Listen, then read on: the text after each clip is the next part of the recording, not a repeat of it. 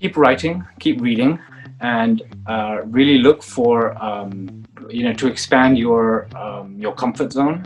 Like I think that's one of the things that I really love about the MFA program today, especially, is that there's so many different voices that are being that are sort of being put out there now. That it's a really exciting time to be at Fresno State and just to be a writer. I think it's an exciting time to sort of get out there. Make yourself essential.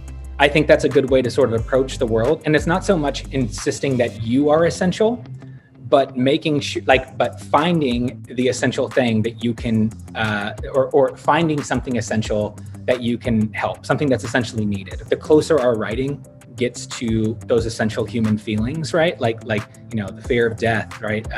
Joy, unity, all these things we write about. The more we can create that empathy and create unity and bring people together. It's all about the care, masterly care behind words that are going to make, that are going to bring people together who see differing sides, and suddenly everyone can agree on that. Whether you're teaching or working a nonprofit's admin, working at a magazine or whatever, wherever your work takes you, making yourself essential there, right, is finding what needs to be done, what are we missing, what will become essential, and doing that. I live at what is called a border, though it's an undivided land that's unceded, indigenous land.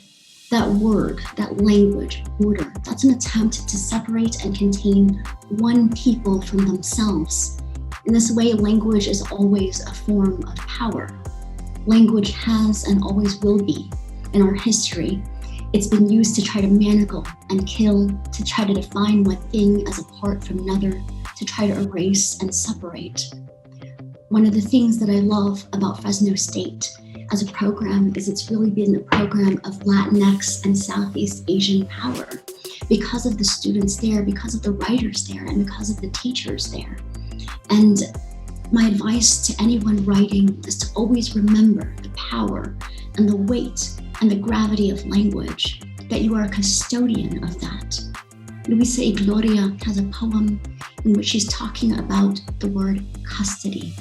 She says, "We did not witness how, before dawn on the fourth day, finally they took him into custody," from the Latin custodia, meaning guardianship, keeping, care.